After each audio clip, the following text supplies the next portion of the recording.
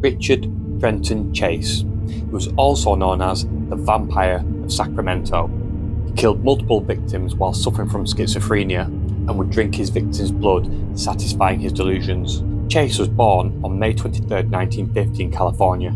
He was raised in a middle-class family, however his parents later divorced. Early in his childhood, he started to display severe symptoms of mental illness, and he also displayed the classic signs of the dark triad: chronic bedwetting, fire setting, and cruelty to animals. Between 1973 and 1975, he's hospitalized multiple times due to his symptoms of schizophrenia.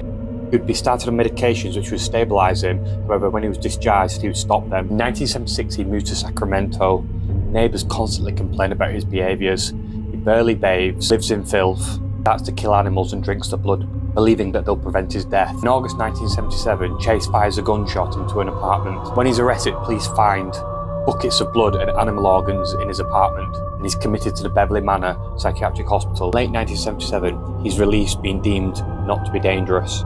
However, upon his release, he continues to kill local animals. On December 29, 1977, Chase kills his first victim, Ambrose Griffin, a 51-year-old engineer. Chase targeted him in a drive-by shooting as he was going in and out of the house with his shopping. This killing would baffle the police. On January 23, 1978, Chase breaks into the house of Teresa Weiland, who is 3 months pregnant at the time.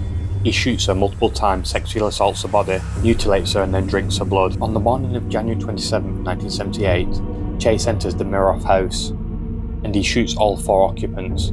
He shot, stabbed, and mutilated the family members, including children, and dragged 2 of the family members into the master bedroom, where he attempted to drain the blood out of them with green bags. He'd gone on to perform mutilation, cannibalism, and necrophilia. When a 6-year-old neighbor knocked on the door, Chase escaped the family home and kidnapped her. On January 31st, Chase was arrested. The investigating officers found victims' belongings and blood evidence in his apartment. At his 1979 trial, the defense argues legal insanity due to his schizophrenia. However, prosecutors emphasized that he showed forensic awareness. That is, he fled scenes, hid evidence, and did attempt to cover his tracks. He was ultimately found guilty on 6 counts of murder and was sentenced to death. December 26, 1980, while on death row, Richard Trenton Chase committed suicide. He hoarded his antidepressant tablets and then took an overdose. He was 30 years old.